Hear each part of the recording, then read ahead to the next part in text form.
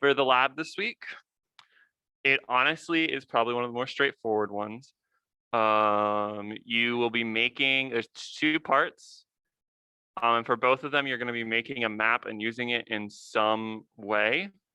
So for the first part, you should use this random number generator right here we give you. You'll have this in your code, and I think it's already on Zybooks. You'll have this random number generator just so everyone gets the same random numbers. And then in here, you're going to need to create this function with the following signature. And then using this, you give it a number of rows and then a number of sides. And the number of sides will be used to create the number of keys. So for each side of the dice, there will be a unique key in the map.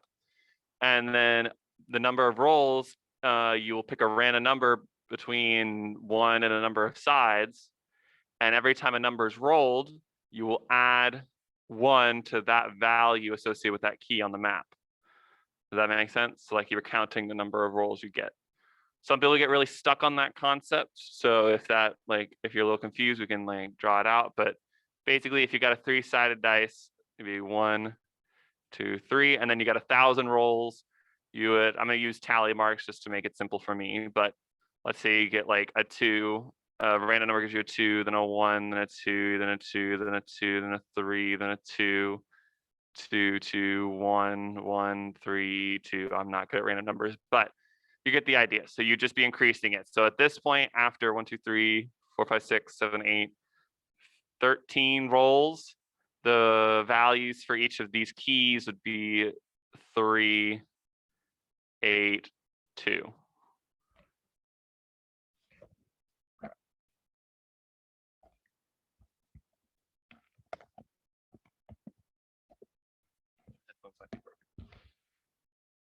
Okay, so you'll be making that, and then there'll also be a little printout thing to make it so you print out all these values associated with the keys. So that'll be easy.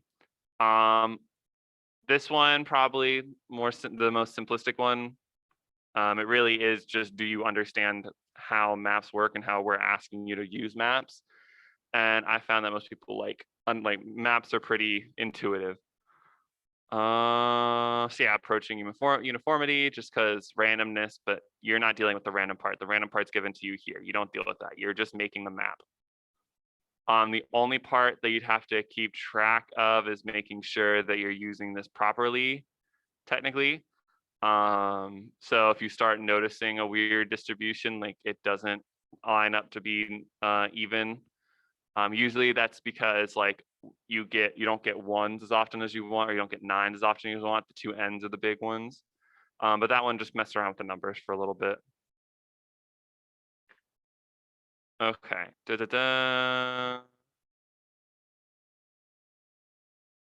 Okay, so when it talks about seeding the map object, initializing to 0, so that means when you make the key value pairs, make the values initially 0.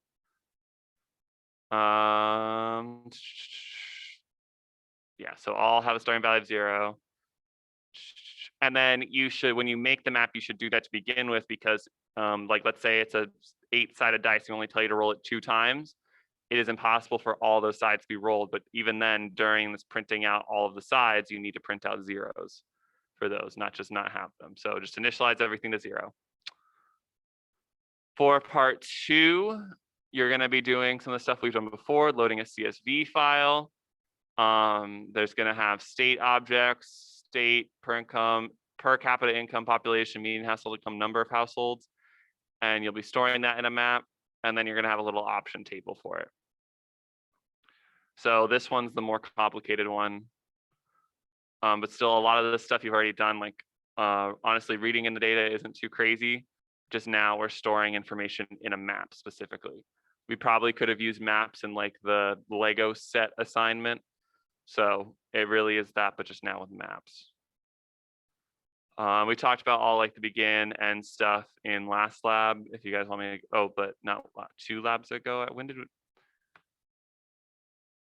okay, so yeah, and I did make a recording for this in my last lab, but we didn't go over it because I don't think I can show up. So we can go over that if you guys want. Do you know how to use maps with like begin, end, and stuff? Do you want to go over it? You're good with that?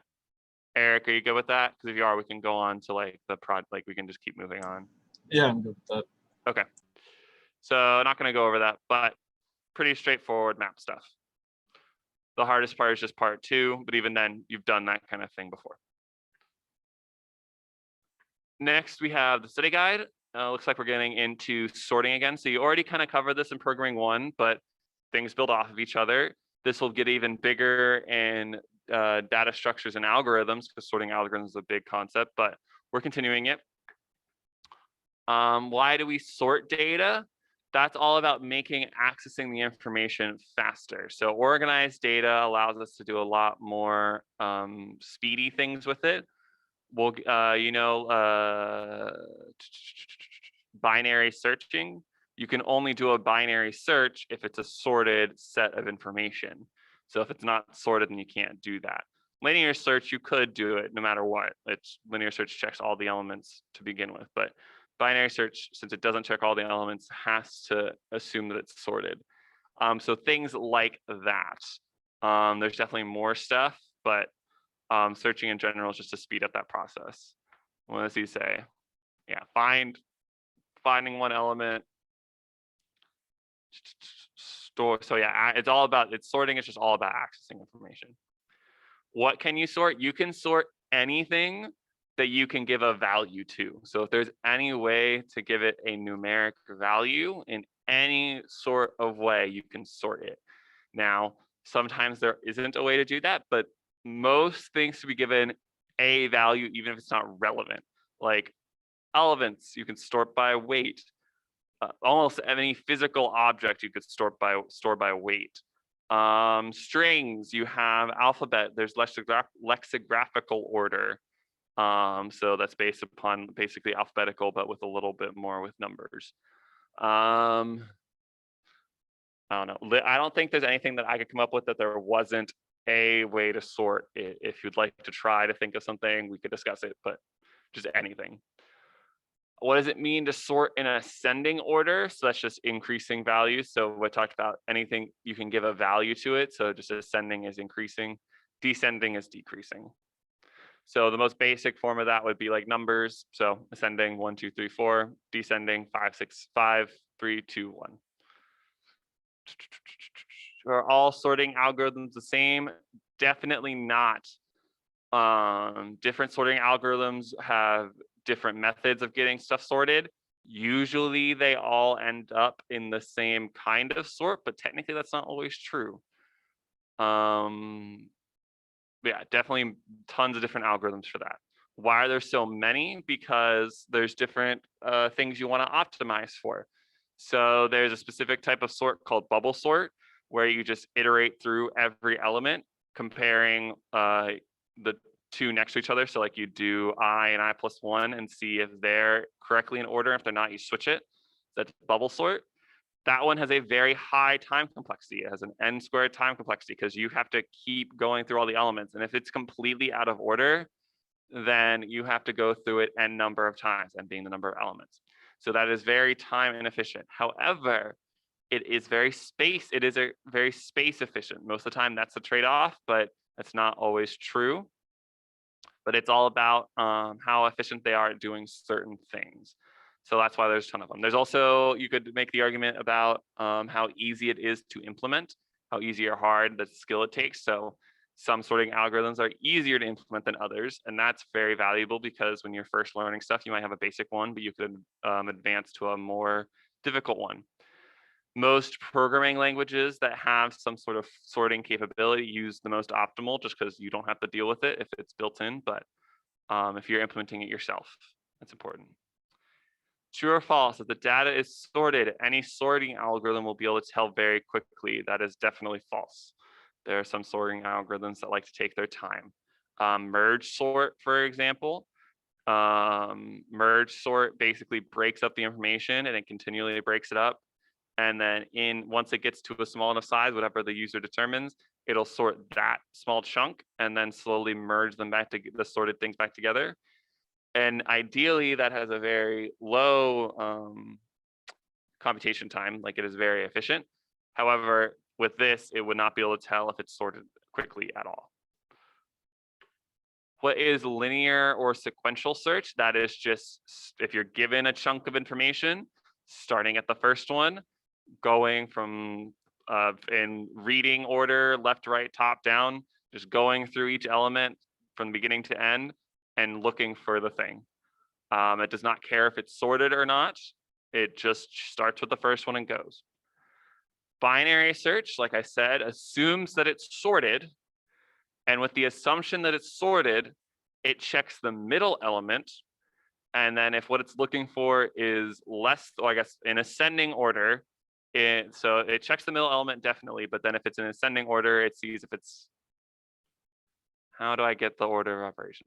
So it checks the middle element, and then it checks to see if what it's looking for is either that middle element or if it's less than or greater than. And depending on if it's ascending or descending, the less than or greater than will tell it to check the middle of the left or right side, or I guess one of the two sides. But then it goes to the other side and checks the middle of that. So it keeps checking the middle element until it finds it. And that is a very efficient search algorithm. However, it has to assume that the information is sorted. So that's a trade-off there. In order to form a binary sort, it must be true about the data. Just talked about that. We must be sorted. If it's not sorted, then that means that if it checks the middle one and what it's looking for is less than, but the element is actually in the greater than section, so it's not actually sorted, it's going to fail. So yeah, that's the trade-off when you're not checking all the elements, as that can happen. Which search is faster? Binary search. So if someone asked you, if someone came to you on like a test or something and said, is linear or binary search faster? If you're like in an interview, you could flex your mind by saying it depends, but most of the time binary search is faster. But in general, if it's a yes, if it's a one or the other question, it is binary search is faster. However, for is it always faster, that gets down to the specific information. So for a linear search, if the thing you're looking for is at the very beginning, then yes, linear search is actually the fastest. For both of them, if the first thing they check is what you're looking for, then that's the fastest it can be. That'd be a runtime of one command.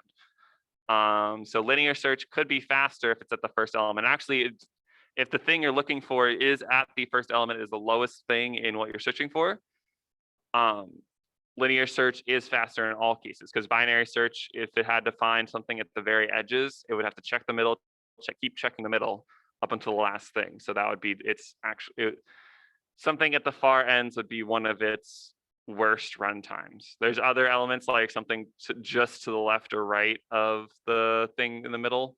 The left or right is relative. But linear search could be faster. So it's not always faster, but it is generally faster. Because for a linear search, if it's at the far right, if it's the very end of your information, then even though it's the worst case scenario for a binary search is still faster, because it definitely wouldn't check as much. So this week's quiz looks like it's very conceptual, not much like actual coding problems. I didn't have to go to coding at all for this. There's nothing I needed to check just to make sure I was telling you the truth. I guess we could check the PowerPoint if we want to. So we talked about it here. Why sort? So yeah, there's a ton of different sorting algorithms. Why so many? Because they're more or less effective at certain things, size-based, speed-based, bunch of stuff. So bubble, sure. So it looks like you will need to know specific algorithms. That's important. So especially after taking like data structure, you're going to need to know a lot, but it looks like we go over a couple of key algorithms like bubble sort. What else do we go through? Oh, that's examples, sure.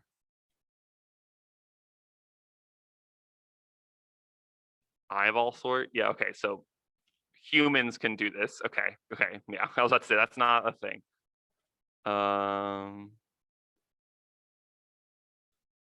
Selection sort. Okay, so I'm assuming we have insertion sort. Those two go hand in hand.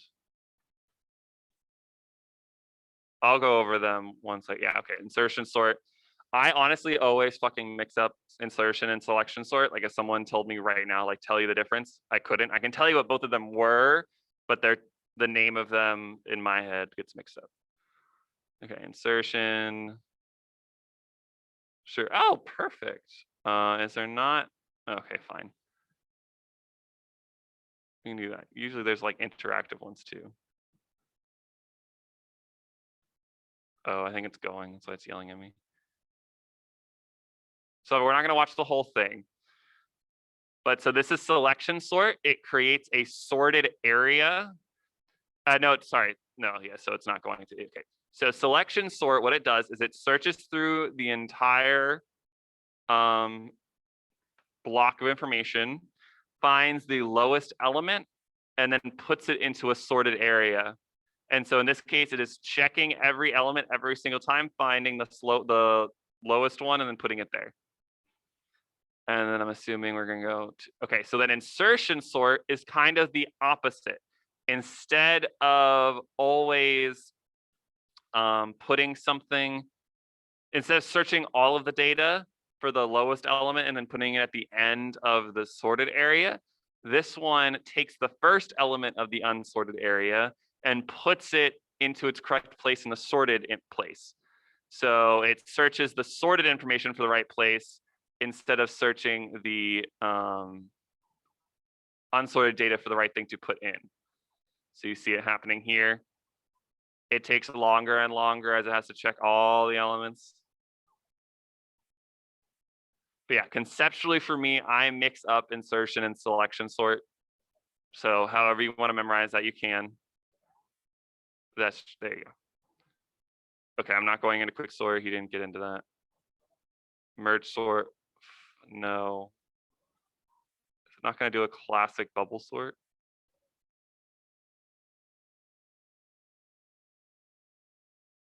Bubble sort, okay. Yeah, bubble sort takes a hot second. And so it literally just it goes through each element, checks them, and then swaps. And with how that works, you'll see on the right, there's a sorted section forming. It's because if it finds an element that's in the wrong place, it's gonna keep swapping it along the path until that gets into the right place. Until it, so like it'll keep swapping the highest element until it's at the end, because you're going from left to right. And cocktail shakers, bubble sort, but going back and forth. But yeah, so bubble sort takes a hot second. That's why it's got the thickest bars. You'll notice that for better algorithms, it does thinner bars to make them take about the same time each. But yeah, bubble sort is very inefficient. Okay. So those are the three that it talked about here. Oh, so this is now we're in searches. So conceptually, any questions on those three searching algorithms? Okay, yeah, they're very straightforward. You'll get some more advanced ones in data structures and algorithms. This is pretty basic. Searching, you got binary search. What else do I got? What else do I need to explain? Usually binary and linear are like the big ones because, okay, it's literally, okay, so we talked about binary search. So yeah, that's all the sorting algorithm stuff for this week. Very conceptual. It does look like they showed, did he show any implementation?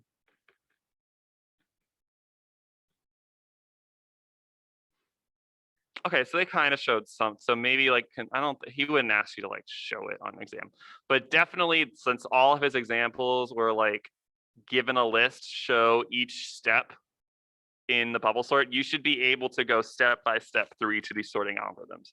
Like one iteration, what does it look like after one iteration, a second, a third, fourth?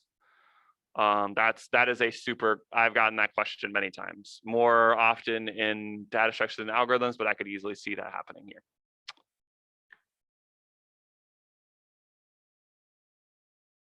Oh, so you two have been pretty good about telling me if you have a question, so I'm assuming you don't. Next, next up, we got the project. So the project right now, do you have a Windows computer? Fuck. Y'all with the Macs, I don't fucking know how to install shit on a Mac, okay? Eric, do you have a Windows computer or do you have a Mac? Because if both of you have a Mac, this is not going to be useful for either of you, so I'm not going to go through it. I have Windows. Eric has Windows, so we're going to go through it. Sorry, this is about to. For you, it's both easier and harder. I don't know which, because my understanding, it's just a pain. But so the first thing we're going to do right now is try to install SFML. That's like the first thing you should do. Right here, we've got like extra credit milestone stuff that talks about. The first milestone, which will be due next week, which we do next Wednesday, is just having it set up and showing a green circle. And I will right now get it set up for Windows. So Eric, we could get this set up right now. Mac, I guess I don't know exactly, but there should, hold on, there should be a way to get this to work on Mac. Okay, so desktop, extract all. But yeah, I don't know how Sea Lion does it. That's the big thing, is I don't know how Sea Lion really works. Okay, so for this project, again, nice little documentation right here, going over a lot of stuff.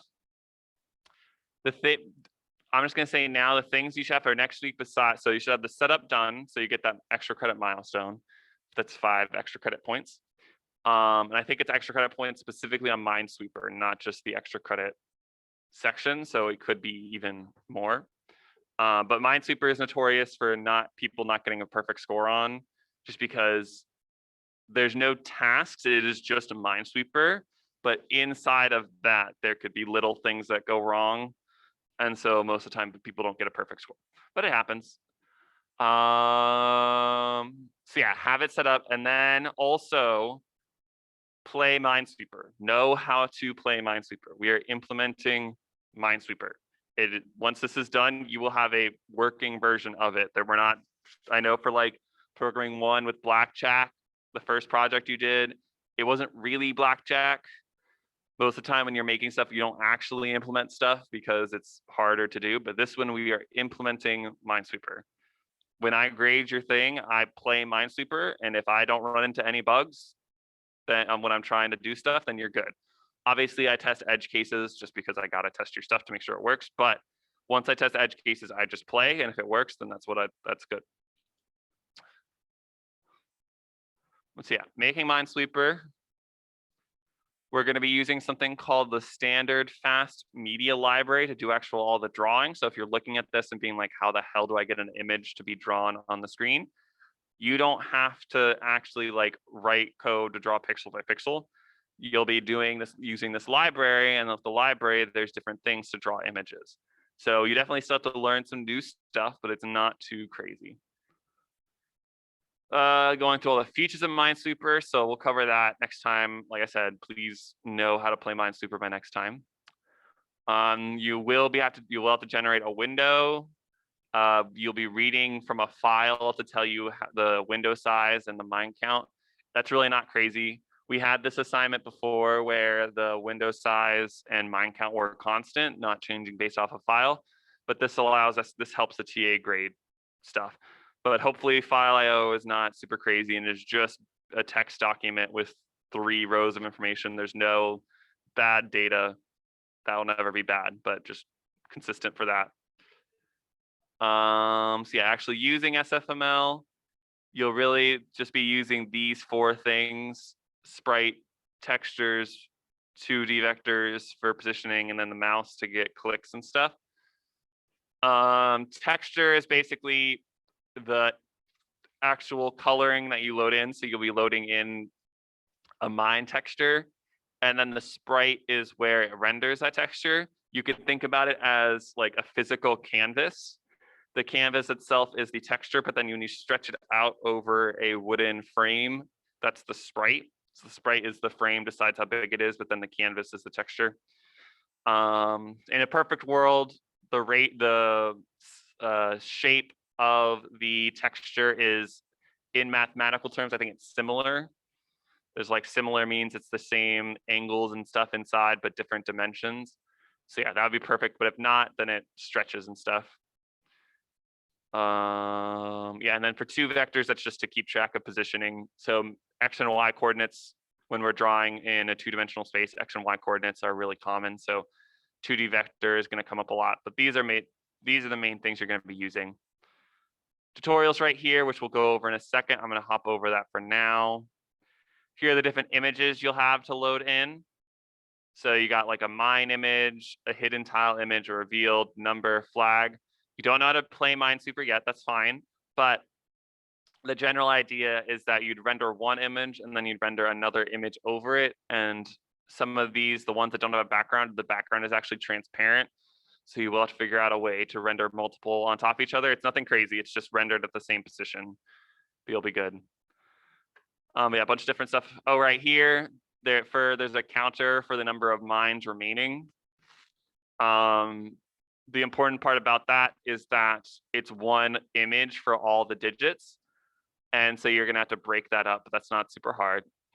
There's tutorials for it right here. Other features, so this gets a little bit into Minesweeper, so you'll have to have some buttons, so you have to be able to register clicking. There's stuff for that. Don't worry, don't think too hard about it right now, but just know that you will be registering clicks. Adjacent mines and Minesweeper. So let's see if I can pull up a super basic one just so you can see it. Sure. Fine. So in Minesweeper, when you click a space, it reveals all empty spaces around it. So in this case right here, you'll see I clicked like somewhere in this like empty area over here, and that revealed all these other tiles. So you need to have some 2D storage device, and in that 2D storage device, or actually it doesn't even need to be 2D, because you could, in your tile object, you'll probably have like a vector of adjacent tile pointers, and then do a recursive function revealing tiles up until you reveal one that has adjacent mines. So you'll have some sort of recursive algorithm. This is definitely a big part of the game. This takes up a lot of time for people. So that's like a big one you'll have to think about. Config file, so like I said, there's gonna be a little text file that that stores some information you're gonna have to load in. Keeps track of the width, the height, and the number of mines. So you will have a variable window size, but that really isn't that bad. Oh, that's not updated, but that's okay. There's some test files.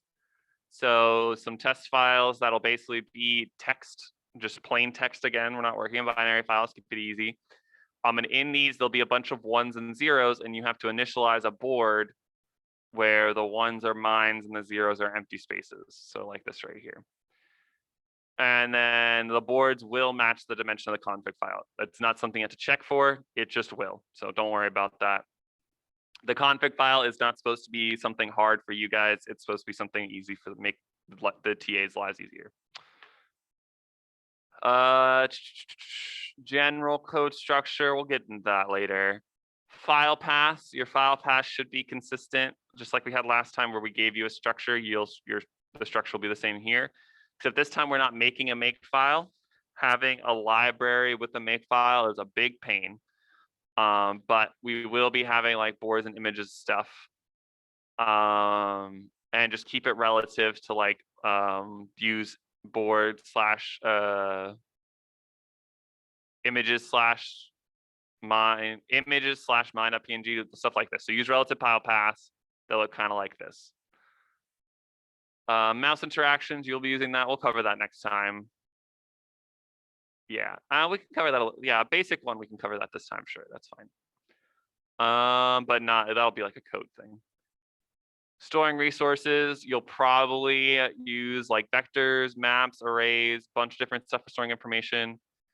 I know Fox gives a big tutorial on storing the textures properly in a map, because if you don't do that properly, it can really slow your code down. So he just finally said, here's like a tutorial on it. So I don't know where he posts that video.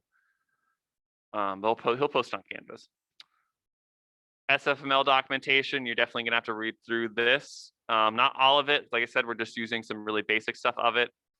You can do a lot of weird stuff with SFML that you don't have to do, but we definitely expect you to be able to read the documentation for the new stuff that we're working with.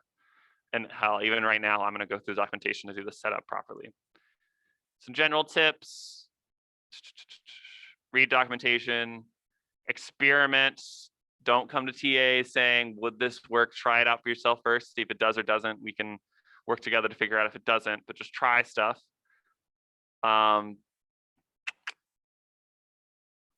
Do some little testing along the way, so don't expect it to work all at once. Create a little thing, test it out to see if it works. Basically, as you're learning new stuff, Make sure that it actually works how you think it will. Don't just assume that it works a certain way, put it together and then it doesn't, and then it would be a pain to fix it. Like before, I think about the classes and functions you need. As always, last time I saw some people not use certain objects. I don't think it was either of you, but just please use like actual objects for things. So yeah, make sure it makes sense to you. That's the most important part, as always. So for the submission, you just submit your source code. I know it's different if you're worried about things not working properly. Just make sure that your file paths are like this, and you'll be good, because I will put my board and images folder in the right place in my root directory, so that if you have those file paths set up like that, it'll work perfectly.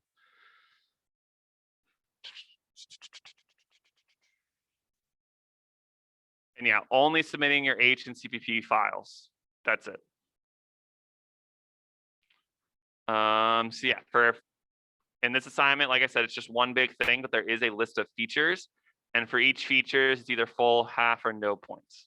That's how it works. So if it's fully implemented, you get this. If there's a couple of bugs, partially implemented, we'll get half points.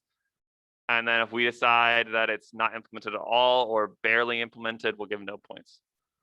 There's also some extra point deductions for using global variables. That really slows down the code, and that's bad practice. And so we stop that. Not using relative paths, so we have to fix that. I think there's also like no makefile stuff. Is there another config time? Oh no, then this isn't the makefile one. I'm an idiot. But yeah. So there's some point deductions there.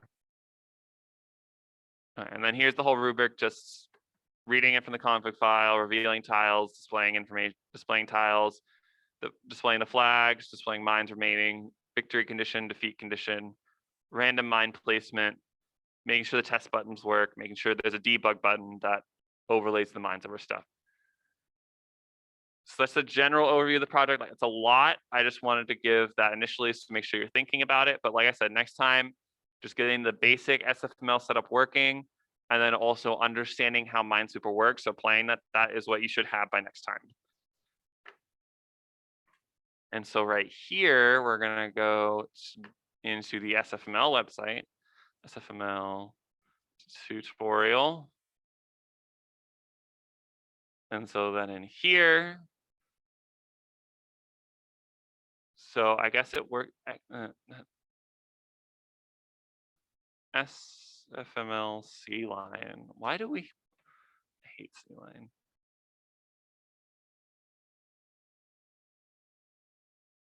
This is from 2019. This is from 2020.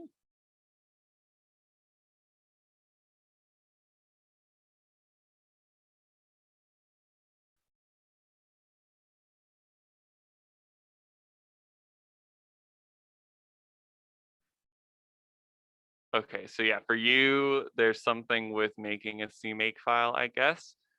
My best recommendation for it is that try some stuff you see online. So, and also I think he talks about it here. So hold on, a few notes. Yeah, on Canvas. Yeah. So try that out. Sometimes it still fails. Like sometimes people still have issues. If you do still have a Tyler on Slack, you can tell him that I sent you. If you run, actually contact me first, just to see if I can fix it. Like if it is something I know how to fix, but then I will tell you to probably contact Tyler after you come to me, because I usually can't fix stuff with C-line stuff. But yeah, so there is you're right. There is the step-by-step on there. Hopefully that works. I think for most people it does work, but just every once in a while I run into an issue and I'm like, I don't know how to fix that. So yeah, setup guides. It's gonna be for the Windows one. It's gonna tell you to just go to the tutorial. Yeah, Visual Studio. Oh, there's a whole video for it.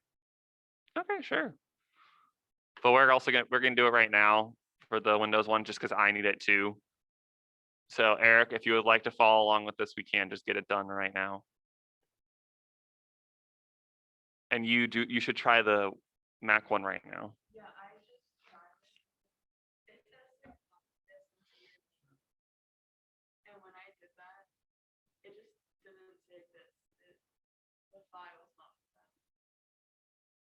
Okay, so the file not found, that's an issue with how your project got set up. So I would make a new project and get a project as a working main first, like just can print out information, then do the CMake thing, then copy that over. Windows one, this is gonna take a hot second. For yours, you did it, that's perfect. Windows are gonna take a hot second, so be prepared to, okay. So with the Windows one, we start from this web page, which I got to through the tutorial stuff. And Eric, if you need me to slow down, just let me know. But download SFML. We're at 2017, just the newest version, and 32 or 64-bit based on your computer. I would personally do the 64-bit, personal choice. Download. And then I would also put it in your root directory here. So I'm putting it directly in my C drive. Okay, I'm gonna save it in this folder, but then I'm gonna move it there after. Technically you can put it wherever you want though, but this just simplifies file paths.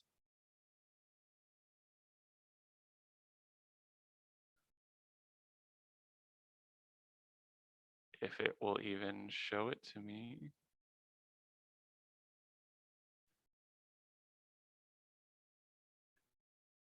There it goes. So then extract all, extract wherever, that's fine. It's gonna take a second.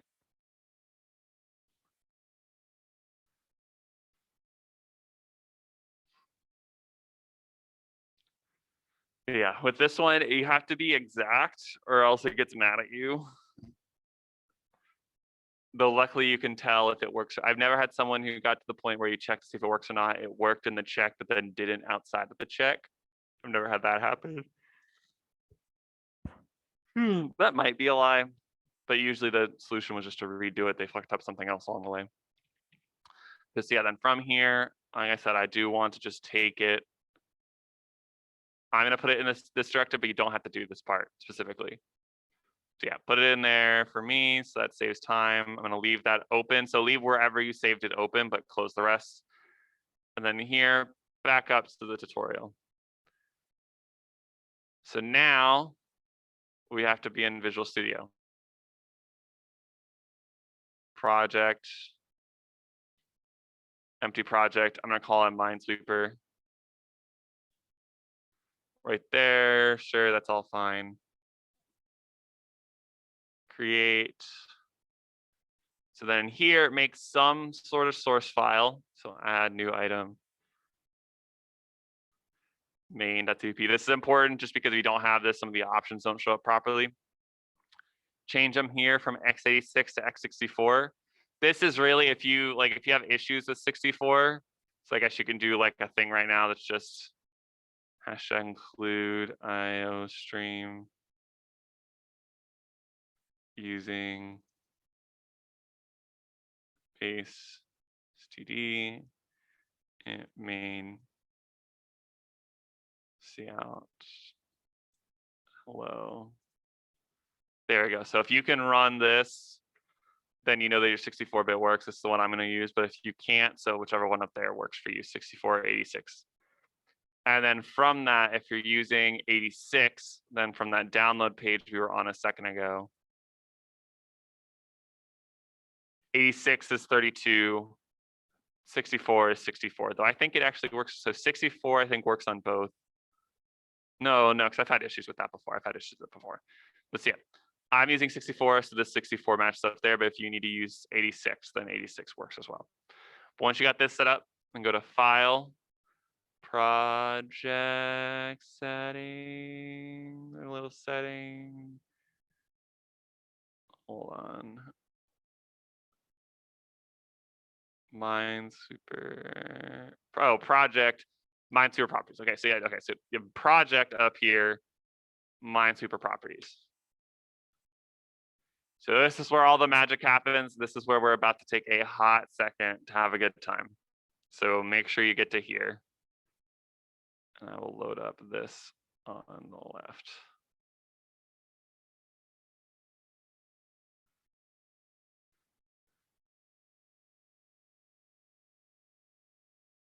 here, we're gonna follow all these steps, and you gotta follow it properly. Oh, here, let me close this for a second. Move that there so it's not project Minesweeper. There we go. See, I just moved it out of the way so I could swap between them without stuff going out of scope. So in here, you now go to what it says. So it's drop down C++, drop down general. And don't just use the images. The images are there to assist. You got to read the whole thing. I already know what I'm looking for, but if you have to do this again, then read the whole thing. But yeah, I know what I'm doing right now, so I'm not gonna read the whole thing, and that's gonna come to bite me in the ass later. I know it.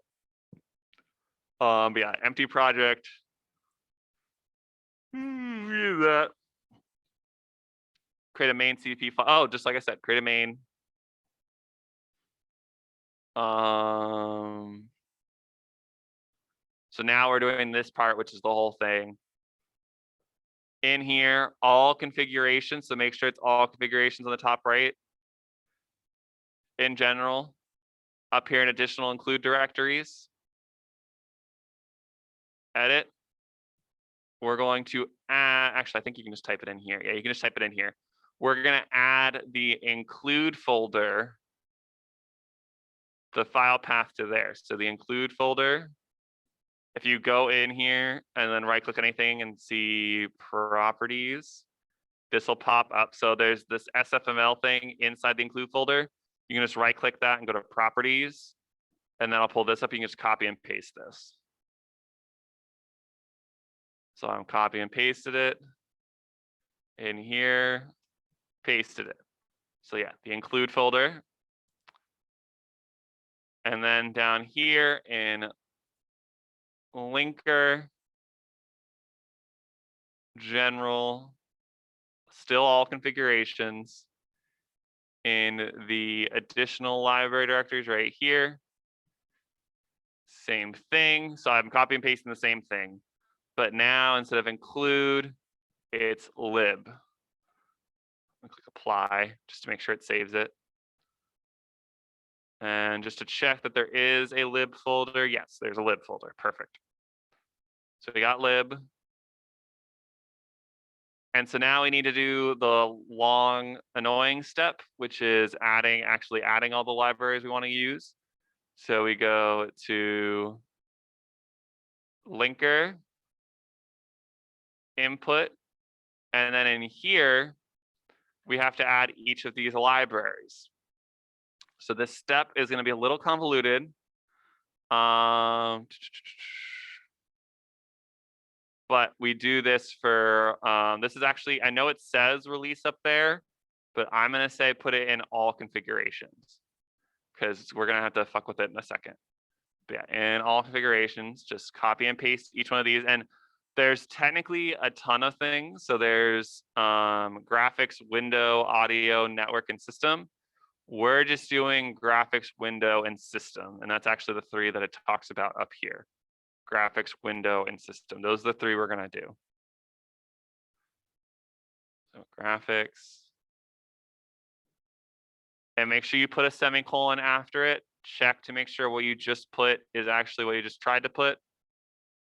We're taking the Carpenter approach of measure twice, cut once.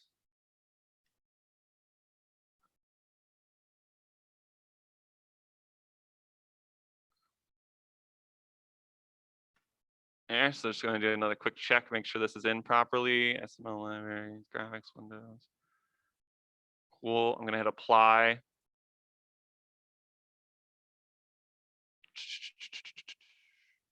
Now here, okay, yeah, this is the next step. So once you've got that all done, I'm going to give you another second to do it. But once you've got that all done, we're going to need now, there is a difference between release and debug, but we're going to add it in after the fact, which is very easy to do.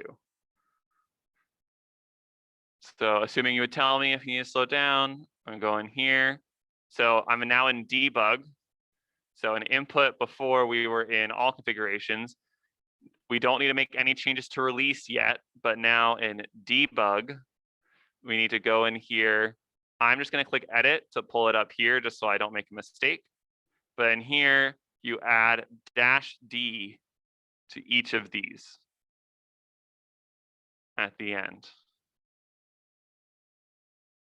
So it should be adding 3-Ds for Windows, System, and Graphics.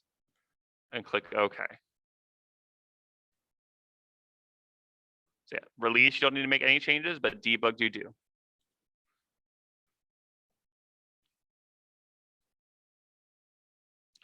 So now that that's all set up, you do have the choice between linking statically or dynamically. Technically, dynamically is supposed to take less effort, but I'm going to do statically because I've had issues with people not being able to actually access the information. I couldn't fix it, but static worked for me. So now we're going to make it static.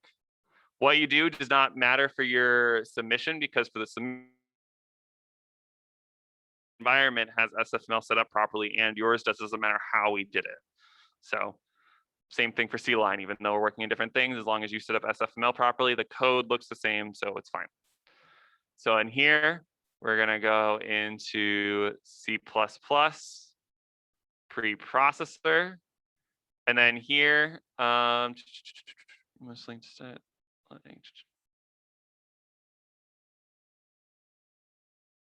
It says debug, but I'm fairly certain this is for all configurations. Yes.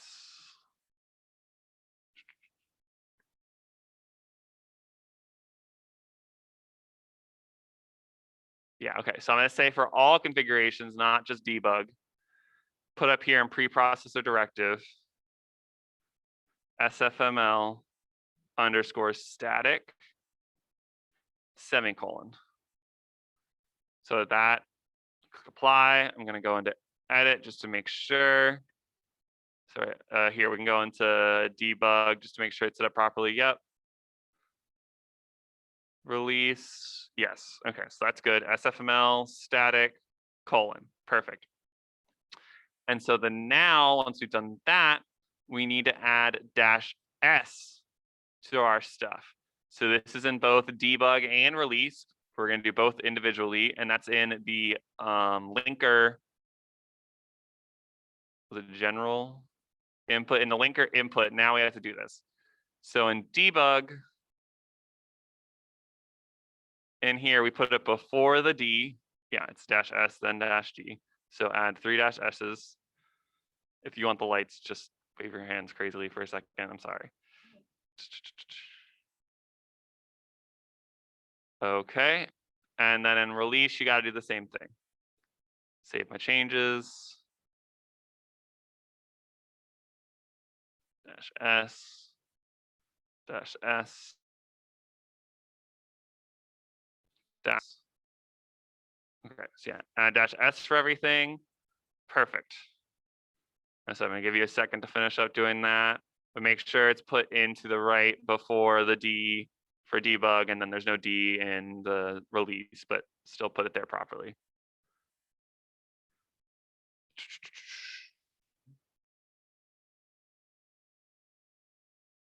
Okay, so now here, when linking static stuff, you have to link this extra stuff as well.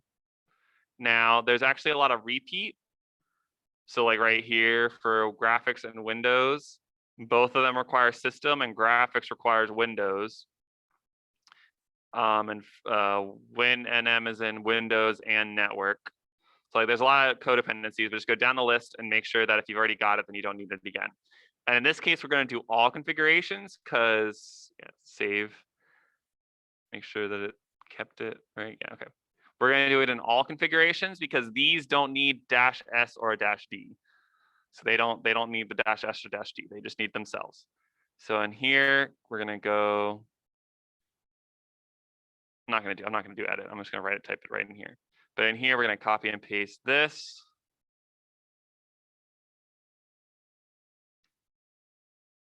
We're going to copy and paste this.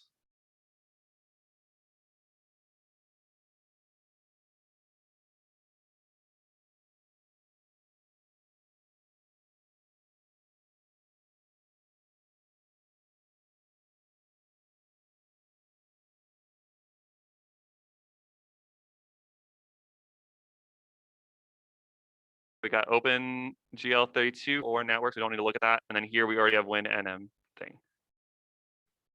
Okay, so we're going to click apply.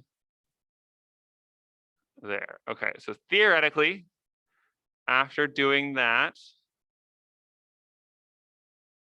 I should now be able to, okay, theoretically, this doesn't always work. Go in here, do that. Just copy and paste this code into the main that you had a second ago. Run the main. Holy shit. I think that's the first time in all my years of TAing that when I do it in live that it worked the first time. I usually have errors. Okay, so theoretically, if you do that, this happens. I will expect that you will have a bug pop up, but Eric, how did that go for you? Or did you, if you didn't follow along, that's also fine, I guess, but how did that go? It seems to be going good. I haven't finished it yet. I'm like 1 or 2 steps behind Weaver, but you can keep going. I'm sorry. No, you're good. That's I was watching that's first, honest. but it's all good. Okay, well, if you like me to go back to a specific step, just say something, okay, Eric? Because Okay. it would be amazing. How did your green circle thing go? You got it? Let's go.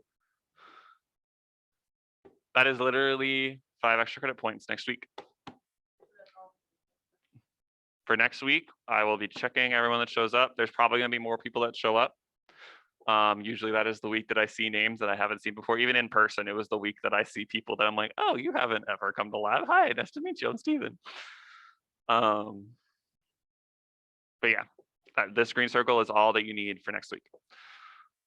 So just your homework then is just to play Minesweeper. If you would like to get some stuff set up as well, that would be perfect. Get ahead of the game.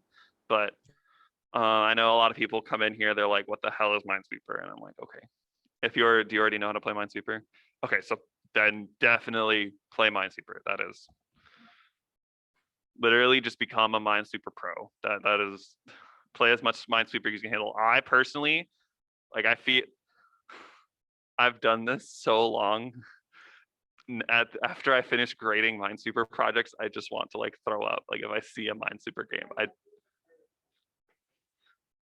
it's a good game. Like it really is fun and entertaining. Like before I had to grade these projects, I loved doing it. But after grading these projects, this is my last semester TAing. If I never play Minesweeper again for the rest of my life, I will be a happy man.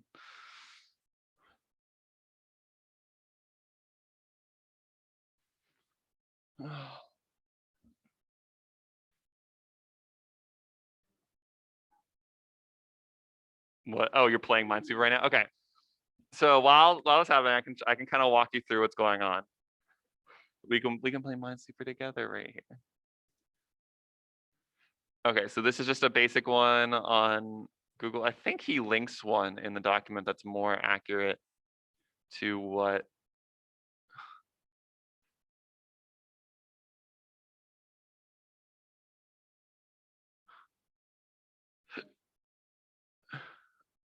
Oh, perfect. Yep, exactly. Literally that. Okay, so yeah, here is more accurate visually to what we're doing. But so you click anywhere, reveal stuff. And so now in here, each of these numbers is telling you how many adjacent mines there are. So the big thing, like right here, this number 1, since the only unrevealed tile is this corner one right here, that has to be a mine. So I'm going to lose by clicking this. I lost. Because I clicked on it. I specifically lost on purpose. You want to reveal everything that's not a mine. So right here, like I said, same thing. This is the only one reveals this mine right here. So to make sure that I never click it, even accidentally, I'm going to right click. Now there's a flag on it. I can left click as much as I want on this and nothing changes. That there's a thing in the top left that keeps track of the number of mines minus the number of flags. Because theoretically, you only put flags on places you know there's mines. So I just did it randomly, arbitrarily. You can put them wherever you want, but that counter just does mines minus number of flags. So I get rid of all these. And then, yeah, their purpose is, so like right here, I know this is a mine. Again, right here, one revealed tile. I know that's a mine. I know that. I know that. This one I don't know because it says one and then there's two adjacent unrevealed. So I don't know which one of those it is. Technically, this is a little more advanced strategy. So this one right there. So I know one of these two is a mine. And then for this two, there's two mines around it. I know this flagged one is one, and I know one of these two is one. So that means this one in the top left is not a mine. And the fact that I got this one and I flagged right there, since I know that's a mine, that means everything around it isn't a mine. Did that make sense? That lot I did? Yeah. And then right here, so now there's only one adjacent thing, so that's a mine. Two, so yeah, that's all revealed now. So then again, just keep going. The one next to a corner is really easy to do. And then here we can reveal all three of those. We can do that. We can do that one. We can do that one. We can do that one. That one. That. We can do that.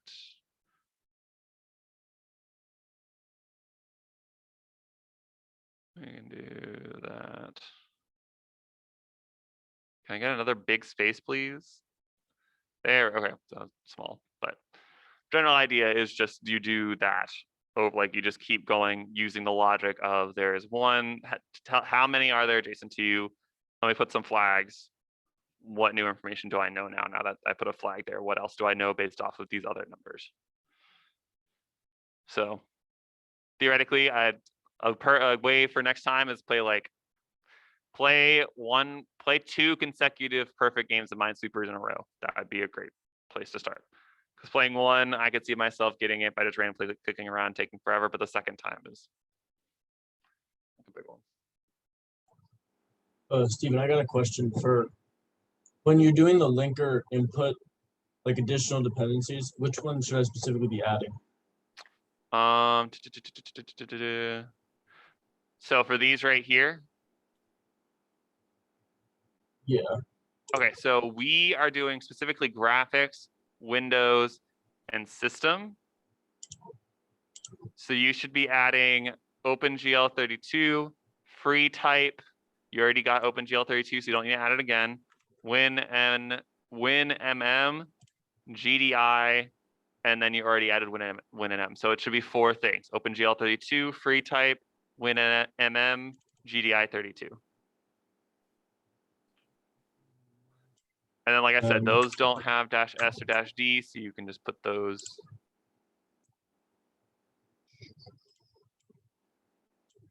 In all configurations. So OpenGL32, free type, Win,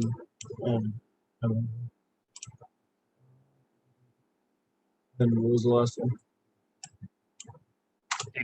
GDI32.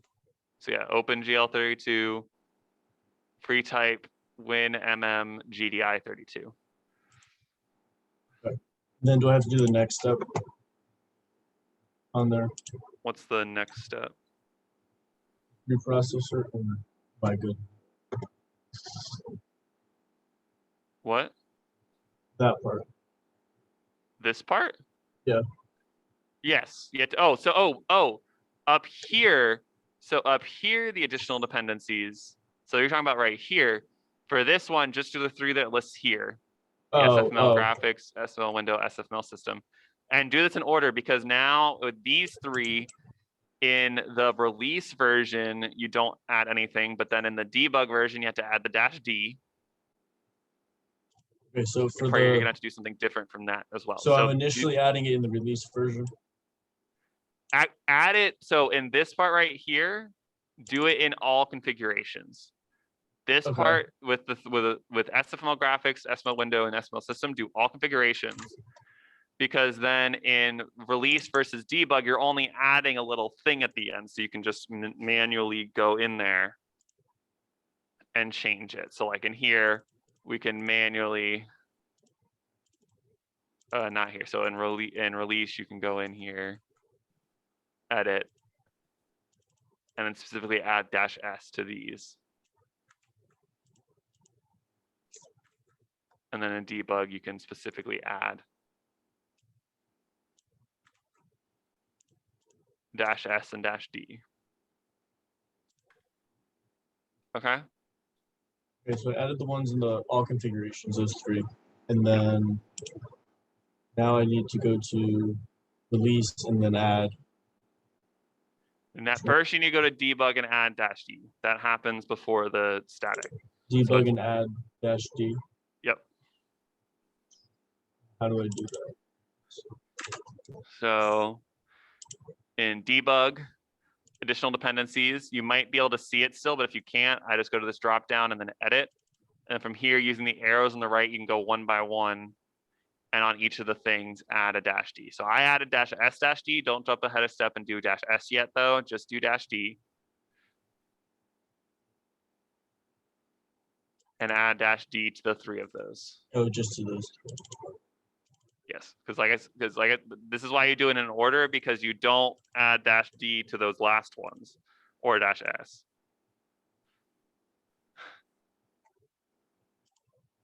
Are you playing the garden version? I hear like snipping. I know a hot minute ago when I was in like elementary school, RuneScape, next to the area where you could like plant plants, there was a Minesweeper game with like rabbits. And so you're trying not to dig up the rabbits, but dig up the vegetables. And so if you knew there was a rabbit, you'd put a little flag saying it was a rabbit and don't dig it up. I actually did not know how Minesweeper, that's how I learned how to play Minesweeper.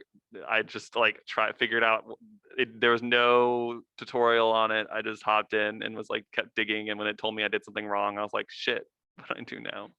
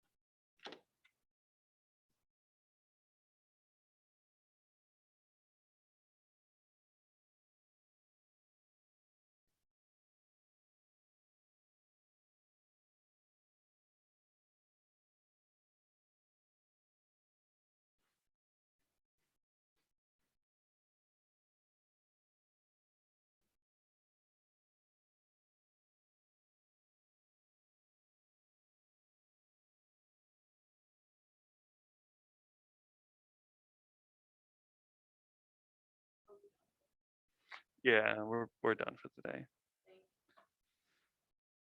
No problem. Good luck on the lab. Good luck on the quiz. On the project. Yeah, next week we'll go into more specifics on like click registration, drawing multiple tiles. Also, make sure you start thinking about what data structures you want for different things. Obviously, you can change your mind before you actually start writing, but it's good to think. See ya. Bright light, bright light. Okay, I'm all here for you. I